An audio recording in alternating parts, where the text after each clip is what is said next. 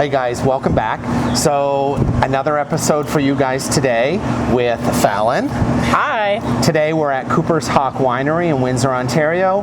It's a great day, so we thought that we would come and do a little Q&A so that you can learn a little bit more about Fallon and learn a little bit more about me along the way. So, Fallon. Yes, Sean. First question, what is your full name? My full name is Fallon Victoria Funkenhauser. Perfect. My first question. Okay. Is cereal soup? Why or why not? Is cereal soup? Oh, God. I'm going to say that cereal is soup because it's in a liquid. Okay. Okay. Good answer. Where did you grow up? I grew up in Windsor. I've been in Windsor all my life. I went to university in Windsor. I would love to stay in Windsor. I love my border city, and my whole family is within this area, so Windsor, Essex County. Okay, that makes sense. Okay, my second question. Okay, yeah. If animals could talk, which one would be the rudest?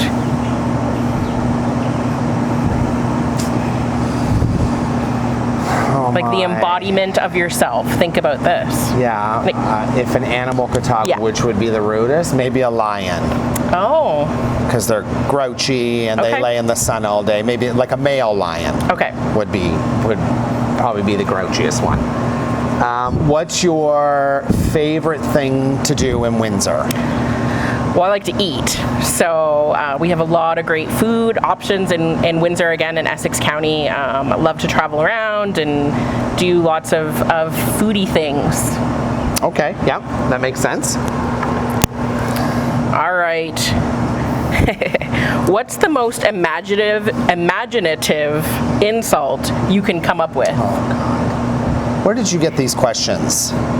I found them. Yeah, I found them on the internet. What's the most imaginative insult? You are one of the most insulting people Never. I've ever met in my Never. life. I never insult anyone. I only tease people, not insult them. Okay, so most imaginative tease.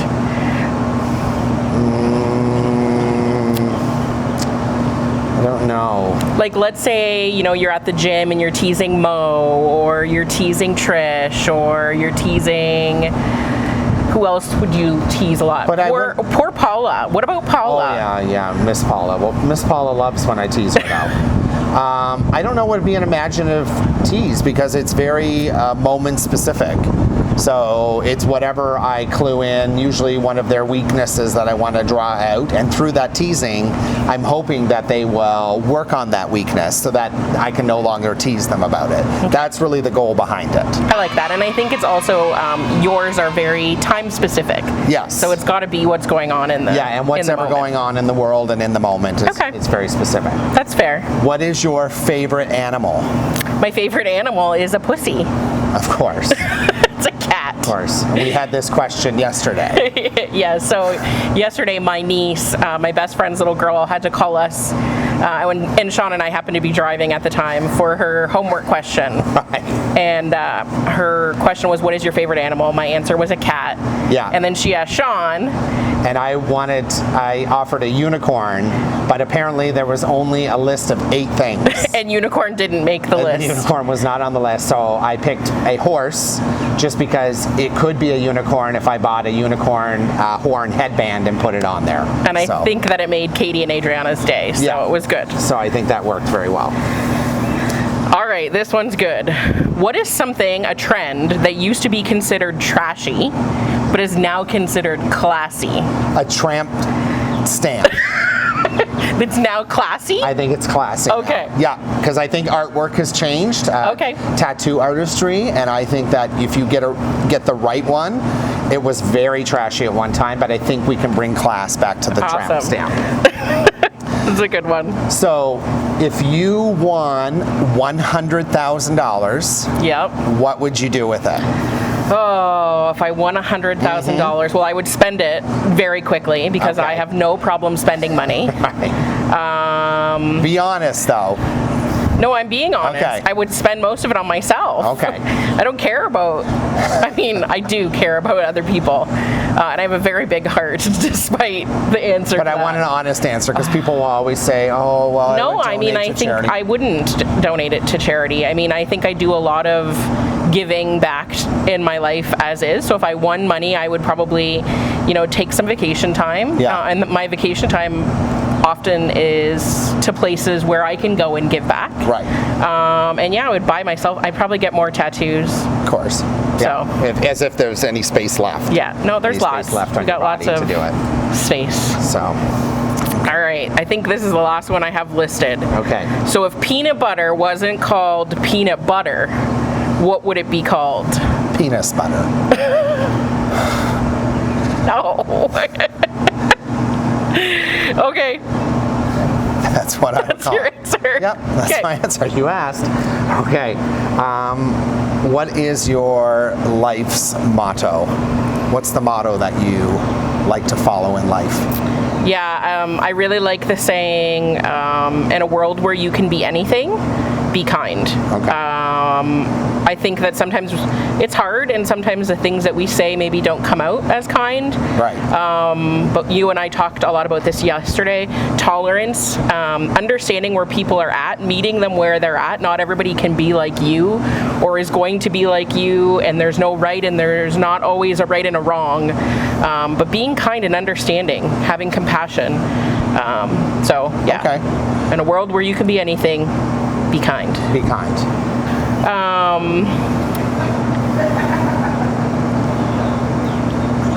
If you could have a dinner party with anybody in the world, living or dead, who would it be? Madonna. 3 people. Okay. I invite Madonna. Yeah. I would invite you, because it'd be good for conversation. And I would invite Anne Hathaway. Because I love her movies. Yes. I just love her movies. So I have Madonna, you, and Anne Hathaway, and I think that would make a very explosive evening. Could be very interesting. There might be a problem there. You might not be the prettiest one in the room then. Well, that's true. That's true. But that's okay. I think it would make a very interesting evening. And It would those be are fun. people that I would like to hang out with. What is one thing that you would like to change in the world? Only one thing.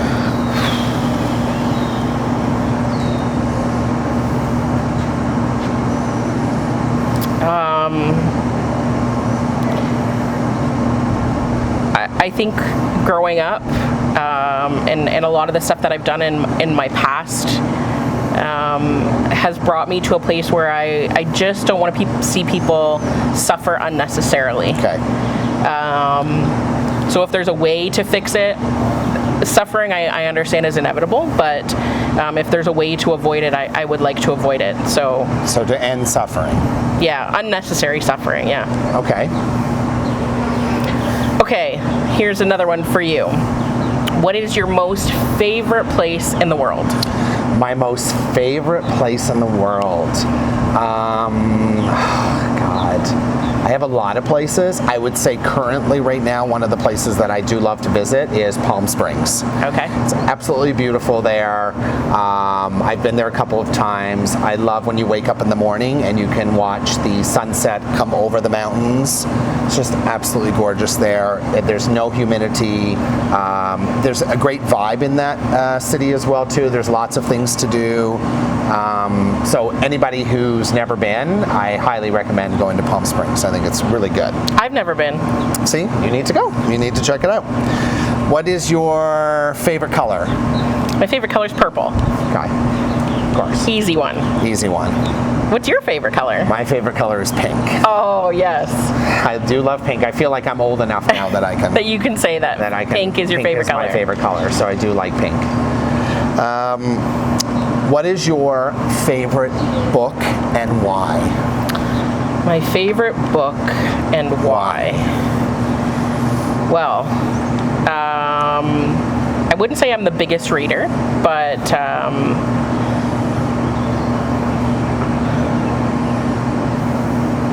I think my favorite book that I ever read was called The Giver. Okay. And I think they went to make a movie after that, but it was a book that I read when I was in maybe grade 7 or 8. And it was kind of about, how the world becomes after things like what we're going through right now. What happens, how things change, and it had a lot of meaning to it. And it was a book that I then read later in life and had even more meaning. So The Giver. Okay. I had never heard of The Giver. Yeah, it's a short one, so it'd be easy to read because, like I said, we read it in grade school. But I only like to read books that have lots of pictures. Yeah, that doesn't surprise me. Okay, so here's my other question for you. Okay. You can be invisible for a day. Mm-hmm. What do you do? If I could be invisible for a day, I would like to go to my CrossFit gym and see if people talk about me. Okay. Good or bad? Just about you. I just want to know if they feel important things, or if they like that I go there, or if I leave a lasting impression. Okay.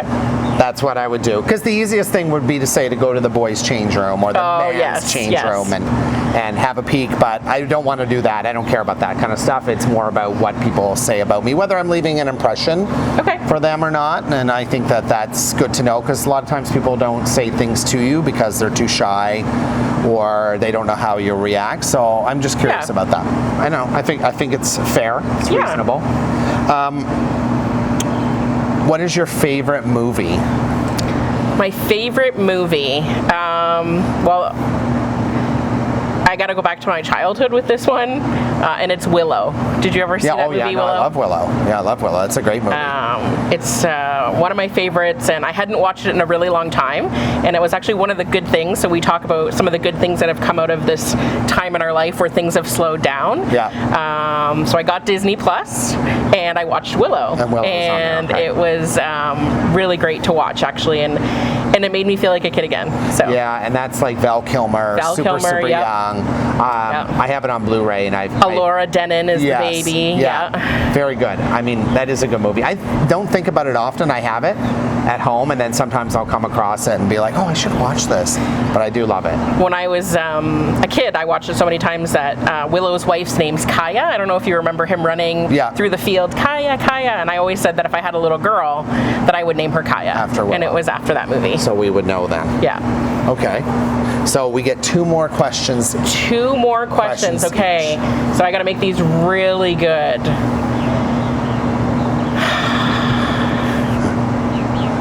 Tell me about one of the most embarrassing moments you ever had in your life. Oh, these are tough. I never have embarrassing moments. I'm very careful about that kind of stuff. Yeah, I just don't have stories where like someone pulled your pants down in front of a group of people. Yeah, I can't. Have you ever been with someone who had a very embarrassing moment around you, and that's kind of stuck with you? Oh yeah, if I had to give someone, yeah, it would be my coworker Jana. I knew this was coming. Poor Jana. I can't tell one story though. She'd be very upset. All we can say is Burlington Coat Factory. But there was another story where we had gone to one of the Remarks here, and we were going into the store, and they have those parking bumpers. So Jana's a little shorter, so she didn't lift up her feet high enough, and so I'm walking ahead of her, and I sense that she is no longer behind me. And when I look back, Jana is laying on the sidewalk, and she's rolling around, and I'm like, Jana, get up, you're embarrassing me. People can see this. And this older man comes running over, and he's like helping her off the ground and all this stuff. Jana. And I was very embarrassed that people had seen her fall while we were together. So that's a good story. But one day I'll share the Burlington Coat Factory story that some of us know. Some of us. Some of us know. Some key personnel. So tell us something that not many people know about you. I feel like I know lots about you, but maybe there's something I don't know about you. Yeah, so I find the one that people are most surprised by when I tell them. No, everybody knows that. Okay. That's very evident and clear from my day-to-day Yes. going-ons. But often when I tell people that I was classically trained in piano and voice. Okay. So I played the piano from the age of 5 to 16. Okay. So I have my grade 8 at the Royal Conservatory of Music, and people are often surprised by that. It took a lot of discipline, and that's why I quit. But I think it gave me a very good ear in music, and I think Okay. that that's one of the reasons that I really enjoy music. 'Cause, yeah, people don't often think that about me. It doesn't fit the box that Right. people put me in. And you have a piano at your house and you never play it. I do. I very rarely play it. I have a lot of my anxiety issues came actually from recitals and having to play in front of people. And if anybody else took with the Royal Conservatory, you know that you have to do exams. And the exams were always at Mackenzie Hall in Yep. Windsor. I know Mackenzie Hall. And you'd be in this giant room with a grand piano and one other person judging you. It's kind of like my friendship with you. Yes. Always here to judge. But yeah, so I remember that. And so there's some triggers, I would say, with playing the piano. So goods and bads. Goods and bads. Okay, so you have one more question for me, Yep. and then I have a question for you to close out today's episode. So my final question is a kicker, okay? Okay. So this one's good. Is a hot dog a sandwich? Why or why not? I'm gonna say that it is. I hope everybody saw the eye roll that came before this answer. It's because these questions. I'm gonna say it's not, because you don't always have to eat a hot dog between two pieces of bread. Good answer. Sometimes growing up, my mom's favorite dish for us was Kraft dinner with cut up wieners in it. Yes. I always eat my hot dogs without buns. So it doesn't have to be a sandwich. Okay, so in closing, very, very, very, very important question. What is one thing that you love about me? Well, picking just one thing is very difficult. But I say this to you all the time, and I truly, truly mean it. You've changed my life. Okay. And you've shown me things that I think I always knew were there about myself, but you allowed them to come out in me. So I really love that about you. I love that you make me a better version of myself. Well, that's what I try to do with all my friends, those that know me, is I really want to foster and support some of the things that they have within them that they're either too shy or too scared to share with the world. And I guess that's my purpose maybe on this earth, is to really meet as many humans I can in my lifetime and to share my journey and my story with them.